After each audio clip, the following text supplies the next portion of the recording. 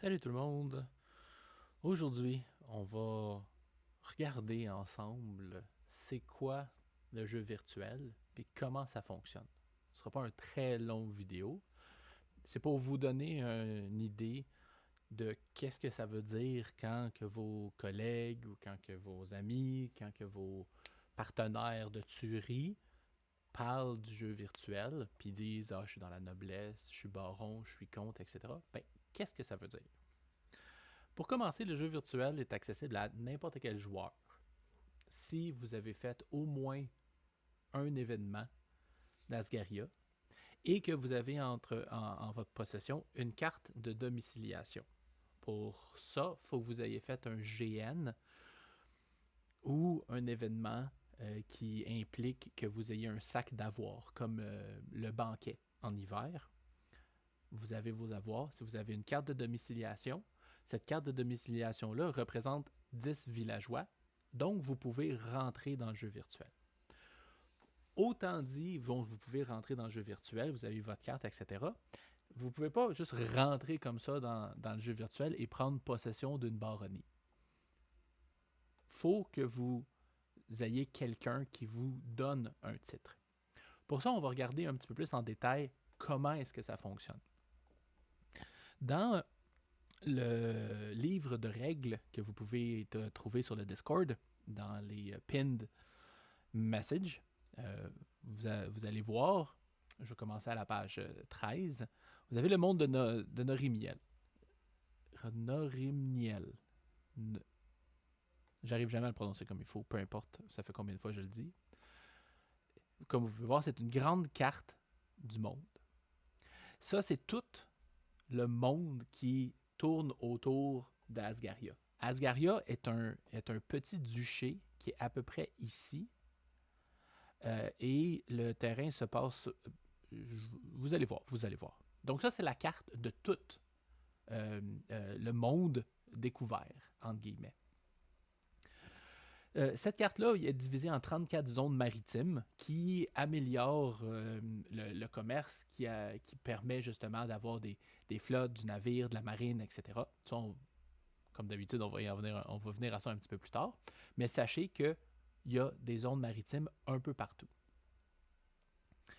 Pour les royaumes, là, comme vous pouvez voir, on commence déjà à diviser le monde. Chaque petit carré ici, là, chaque petite zone est une baronnie à part entière. Donc on a ici les cartes, là, ça c'est le royaume de Forme, qui est l'empire de Forme, excusez-moi, qui est le plus gros dénominateur, on pourrait dire. C'est la plus grosse entité qui a été créée à date. On a un empereur qui est Ténor Formir, qui est un PNJ. Et tout de suite en dessous de Ténor Formir, ben, on a Artam, qui est un de nos joueurs favoris, qui est lui roi de Gorvin. On va voir ça un peu plus tard. Mais sachez que tous ces petits points-là sont des baronnies. C'est un territoire comme ça que vous pouvez contrôler quand vous rentrez dans le jeu virtuel.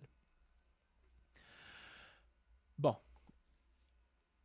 Comté, baronnie de Jure, duché de Jure. Quand on dit de Jure, c'est une expression propre à Asgaria qui veut dire quand que la carte a été créée au départ, quand il n'y a aucune guerre qui avait été faite, au début des temps, quand que l'Empire a été divisé, ben, les baronnies, les comtés, les duchés étaient subdivisés. Exemple, on a ici Falacra, Bonaire et Clairlac. Ces trois comtés-là sont des comtés de Jure qui appartiennent au duché d'Asgaria. Ces trois comtés-là ensemble forment le duché d'Asgaria. Si vous regardez les cartes courantes, Clairlac n'est plus Clairlac. C'est d'autres baronnies parce qu'avec les guerres, etc., les baronnies, les comtés ont changé de main, ont changé de place, ils ont été rajoutés, il y a des baronnies qui ont été enlevées. Fait que tout le monde s'est un peu déconstruit et reconstruit selon les cartes courantes. Donc, quand on dit de Jure, c'est vraiment les cartes originelles de départ. Ça sert pour déterminer les guerres légitimes et d'autres choses qu'on va voir un peu plus tard. En ce moment, il y a 135 baronnies existantes. Si vous allez pouvoir lire ça comme vous voulez. Puis si vous regardez, mettons ici, il y a 192 ici qui est toute seule. Ça ne veut pas dire qu'autour ici, il n'y a aucune baronnie. Ce que ça veut dire, c'est que toutes les baronnies qui sont ici n'ont pas été créées. More on that later. Quand vous regardez les cartes, c'est un des points de départ qui est important de prendre en compte puis de comprendre. OK? Le plus d'informations que vous cherchez, si vous voulez savoir à qui appartient une baronnie ou où est-ce que X joueur se situe, comme un baron, un comte, etc., où est-ce qu'ils sont dans le monde, bien, il faut regarder les cartes ducales. Toutes les cartes sont disponibles à la fin du livre de règles et sont mises à jour à chaque fois qu'il y a des changements, à chaque fois qu'il y a des choses qui se passent.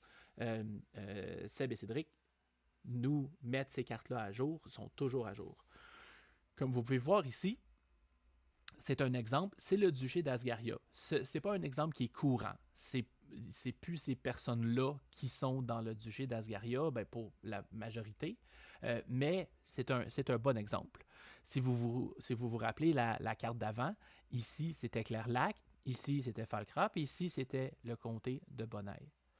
Et maintenant, pour pouvoir voir de plus proche, ben, ce que je peux voir ici, c'est la baronnie numéro 9. La baronnie de 9 s'appelle la baronnie de Alf et est contrôlée par ce joueur ou ce PNJ-là. Comment savoir si le nom que vous voyez qui est écrit est un joueur ou un PNJ? Ben, c'est à vous de le découvrir. Sur le Discord d'Asgaria, il y a la majorité des noms des joueurs sont leurs noms de joueurs, donc vous allez pouvoir le trouver comme ça. Si vous ne le trouvez pas, grosse chance que ce soit des PNJ.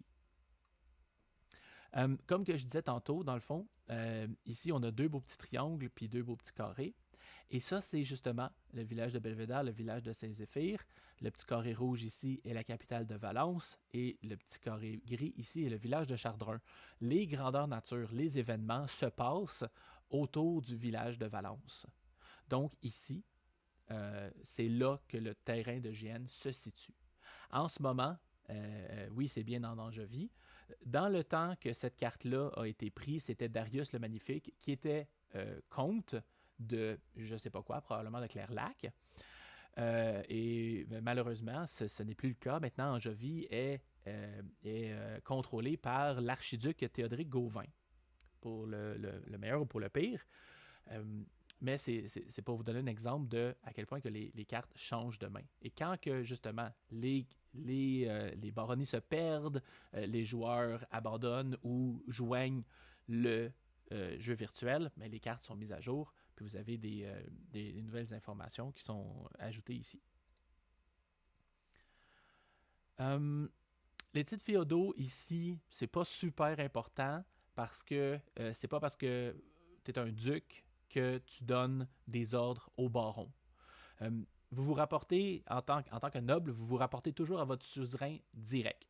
Puis c'est exactement comme ça. C'est baron, vicomte, comte, marquis, duc, archiduc, roi, empereur. C'est les titres qu'on a en ce moment. Par contre, si vous êtes baron et que votre suzerain, par chance ou malchance, mais c'est Artam des Plaines directement, ben à ce moment-là, vous êtes baron, vous allez vous rapporter directement au roi. Donc, peu importe les autres nobles qui ont ces titres-là, qui voudraient vous donner des ordres, mais ils n'ont aucun pouvoir sur vous. De la même façon que si vous êtes baron et que vous avez un vicomte comme suzerain, bien, si le roi veut vous donner des ordres, bien, il n'y a aucun pouvoir sur vous de toute façon. C'est votre vicomte, le suzerain. C'est les liens hiérarchiques directs. Là, après ça, c'est de se demander est-ce que le roi va peut-être le prendre mal si vous lui dites ben t'es pas mon suzerain, j'ai pas de compte à te rendre. Ça se peut qu'il le prenne mal. Mais c'est à vous de voir. De la même façon aussi que vous n'êtes pas obligé d'écouter ce que votre suzerain vous demande. Vous n'êtes pas obligé de payer vos taxes. Et un coup que vous êtes détenteur d'un titre, bien c'est votre titre. Vous pouvez faire ce que vous voulez avec. Donc, avant d'aller plus loin, c'est exactement ça. C'est pour pouvoir rentrer dans le jeu virtuel, il faut vous trouver un suzerain. Vous allez voir quelqu'un qui possède des titres, de baron, de comte, etc. Puis vous lui demandez, j'aimerais ça rentrer dans le jeu virtuel, me donnerais-tu une baronnie que je puisse m'en occuper? À ce moment-là, la personne, avec un peu de chance, va vous dire, ben oui, pas de problème, j'ai la baronnie de Tori que je peux te léguer si tu le veux. Tu dis oui, parfait. Donc, comment que ça va se passer? C'est que lui doit transmettre aux organisateurs l'information qu'il vous envoie le titre de baron de Tori. À ce moment-là, les organisateurs vont ouvrir un chat sur Discord avec vous et seulement vous. Vous, Seb, Cédric, vous allez avoir une conversation à 3 pour faire vos mises à jour. Les raisons pourquoi il n'y a pas d'autres personnes dans cette conversation-là, c'est parce que justement, vous êtes le baron de votre baronnie, vous décidez ce que vous faites. Vous n'êtes pas obligé, encore une fois, d'obéir à votre suzerain. Quand vous avez votre baronnie, la seule façon de vous enlever votre titre, c'est de venir vous le reprendre de façon militaire. Donc, je vous donne un exemple. Moi, Roland, je dis à Artam, j'aimerais avoir une baronnie X pour la gérer. Artam me dit, oui, parfait, mais je te fais confiance, je te donne cette baronnie-là, mais tu devras me donner 100 pierres et 100 fer par année comme taxe. Moi, je dis d'accord. Il m'envoie la baronnie. Seb et Cédric me demandent, me disent sur Discord, « Hey Roland, Artam t'envoie ce titre-là. L'acceptes-tu? » Il faut absolument répondre « oui ». Et à ce moment-là, ils vont vous envoyer la fiche de baronnie que je vous ai décrit un peu brièvement dans les vidéos précédentes. Un coup que vous avez ça, ben vous êtes baron, vous êtes maître et dieu de votre baronnie et je peux refuser de payer les taxes à Artam. À ce moment-là, si Artam me dit « Écoute, je t'ai fait confiance, je t'ai donné la baronnie, maintenant je veux mes taxes » et moi de répondre « non », à ce moment-là, ben là, c'est là que les menaces vont probablement commencer. Ce qu'il faut prendre aussi en compte, qu'on va expliquer un petit peu plus tard dans la portion militaire, c'est que c'est très précaire de déclarer des attaques contre d'autres personnes parce que ça gèle le statut de ton armée. Donc, dans une situation où est-ce qu'un roi attaquerait un de ses barons pour aller reprendre la baronnie, ça fait aucun sens. C'est dans ces situations-là que d'avoir un réseau d'alliés est super important. Parce que Artam pourrait demander à un de ses vassals de m'attaquer pour aller reprendre la baronnie en son nom. Et c'est ça, grosso modo rapidement, comment qu'on fait pour rentrer dans le jeu virtuel. Vous trouvez un suzerain et vous lui demandez de vous donner une baronnie. Il dit d'accord, je vais t'envoyer telle baronnie. Il dit aux organisateurs, j'envoie X baronnie à X personnes. Les organisateurs vous contactent et vous demandent acceptes-tu le titre? Et à ce moment-là, vous devez répondre oui. Et à ce moment-là, vous recevez la fiche. Vous êtes maintenant baron. Et vous pouvez regarder le reste des vidéos pour découvrir comment vous pouvez gérer votre baronnie. C'est très simple.